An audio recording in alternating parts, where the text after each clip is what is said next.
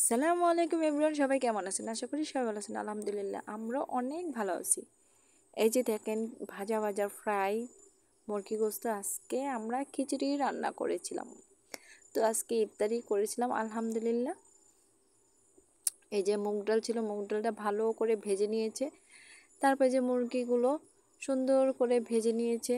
মানে ভাজা থাকলে আপনি যাই করেন না কেন, খিচুড়িটা খুবই টেস্ট বেড়ে যায় এভাবে ভেজে রান্না করে। এখন আমরা পেঁয়াজ পেস্টটা এই যে করে নিল, পেস্টটা ভেজে সুন্দর করে বাদামি কালার ব্রাউন করে নিল।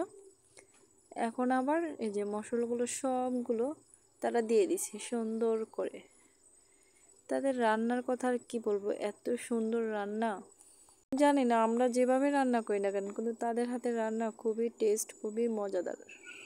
তো আলহামদুলিল্লাহ খিচুড়িটা অনেক ভালো হয়েছে, বাট আমি খাই নাই, আমার ভাগ্নি আমার জাল তারা সবাই খেয়েছে।